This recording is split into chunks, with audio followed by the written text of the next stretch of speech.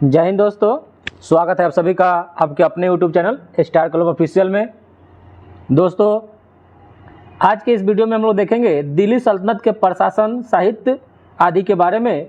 तो चलिए शुरू करते हैं कि दिल्ली सल्तनत में गुलाम वंश के सुल्तानों ने 1206 से 1290 तक शासन किया। जो दिल्ली सल्तनत पर पहला शासन किया था वो गुलाम वंश किया था 1206 से 1290 तक। गुलाम वंश को दास वंश भी कहा जाता है, मामलुक वंश भी कहा जाता है। कुतुबुद्दीन ऐबक इसका संस्थापक था। दूसरा किया खिलजी वंश 1290 से 1320। तीसरा तुगलक वंश 1320 से 1398। चौथा सैयद 1414 से 1451। लोधी वंश 1451 से 1526। और इन सभी में तुगलक वंश का जो शासनकाल था सबसे दीर्घकालिक था, यानी सबसे लंबे समय तक तुगलक वंश इस दिल्ली सल्तनत पर शासन किया।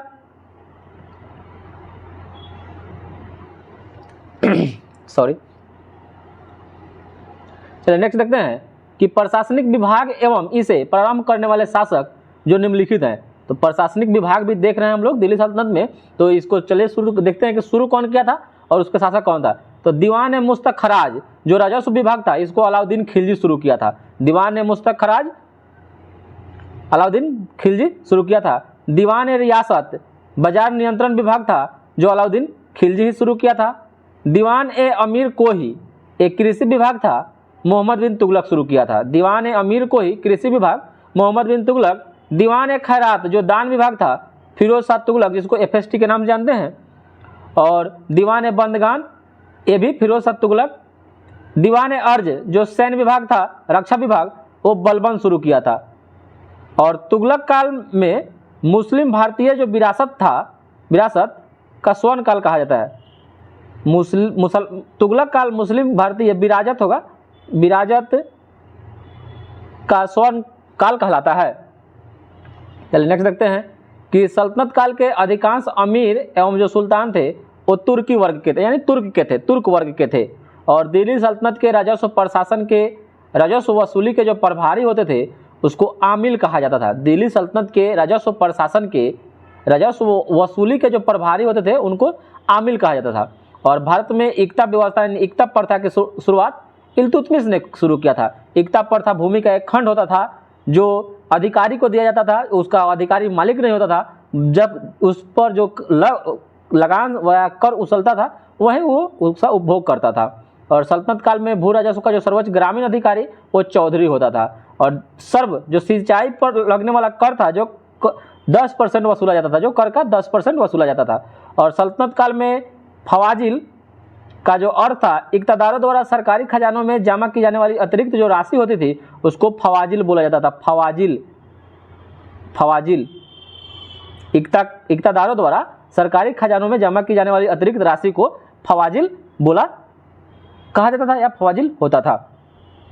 और जो सर्व जो होता था, एक कर का 10% सिंचाई पर लगने वाला कर था, एक कर का 10% वसूला जाता था। और सल्तनत काल में भू राजस्व का जो सर्वोच्च ग्रामीण अधिकारी को चौधरी कहते थे, सर्वोच्च ग्रामीण अधिकारी को चौधरी कहा जाता था। और भारत में इक्ता प्रथा की शुरुआत इल्तुतमिश शुरू किया था।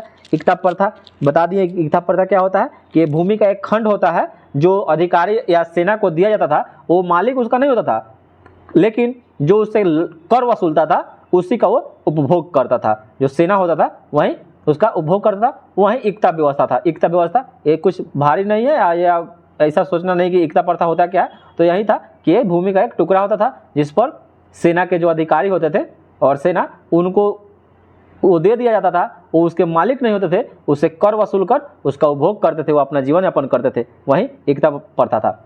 नेक्स्ट है कि भारत में प्रथम मकबरा जो शुद्ध इस्लामी शैली में निर्मित हुआ, शुद्ध इस्लामी शैली में, वो बलबन का मकबरा था। आपसे पूछेगा क्वेश्चन कि भारत में प्रथम मकबरा जो शुद्ध इस्लामी शैली में निर्मित हुआ किसका मकबरा था, तो बलबन का।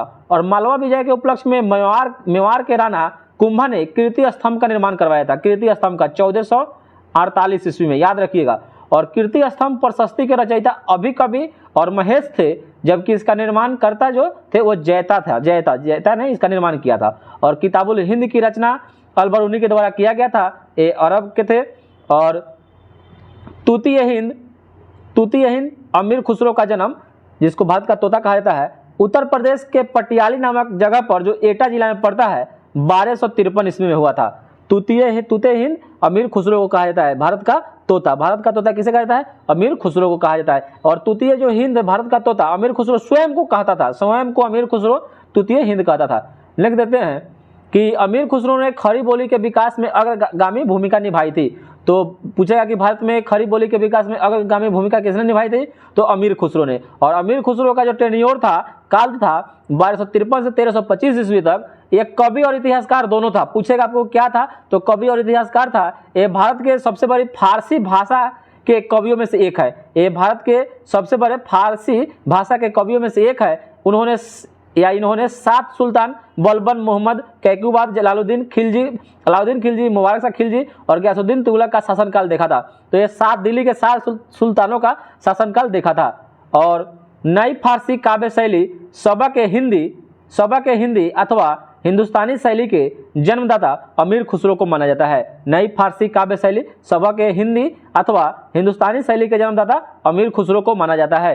ये भारत में अमीर खुसरो को सितार का जनक भी कहा जाता है, सतार और तबला का जनक भी माना जाता है। तबला का ये सब अमीर खुसरो को ही माना जाता है।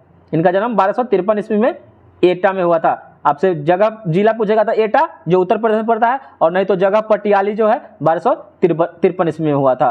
और 7 सुल्तानों का ये शासन देखे थे, यानी 7 सुल्तानों में। तो आपसे क्वेश्चन पूछेगा कि ये किसका मतलब कवि थे, दरबारी कवि? तो अलाउद्दीन खिलजी, बलबन, ये सबके ये दरबारी कवि थे। तो याद रखिएगा, जो भी ऑप्शन में रहे एक ही ऑप्शन में कोई रहेगा। और भारत में नई फारसी काव्य शैली सबक के हिंदी अथवा हिंदुस्तानी शैली के जन्मदाता भी अमीर खुसरो को ही माना जाता है। और खड़ी बोली के विकास में भी अग्रगामी भूमिका निभाए थे अमीर खुसरो।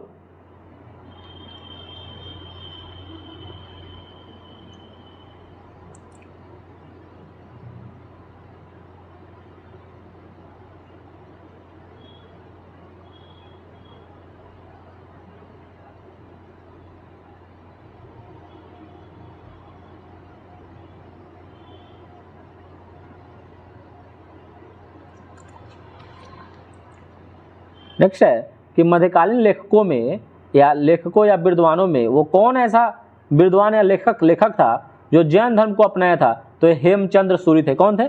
हेमचंद्र सूरी। मध्यकालीन लेखकों या इतिहासकारों में या विद्वानों में हेमचंद्र सूरी जो था वो जैन धर्म को अपनाया था। जैन धर्म को अपनाने वाला मध्यकालीन लेखकों में हेमचंद्र सूरी था। और 13वीं सदी और 14वीं शताब्दी में भारतीय कृषक जो थे ये मक्का की खेती नहीं करते थे। चैनल को सब्सक्राइब कर दीजिएगा दोस्तों, लाइक और शेयर भी कर दीजिएगा। लाइक और शेयर जरूर करिएगा। चलिए आज के लिए इतना ही, फिर मिलते हैं दूसरे वीडियो में।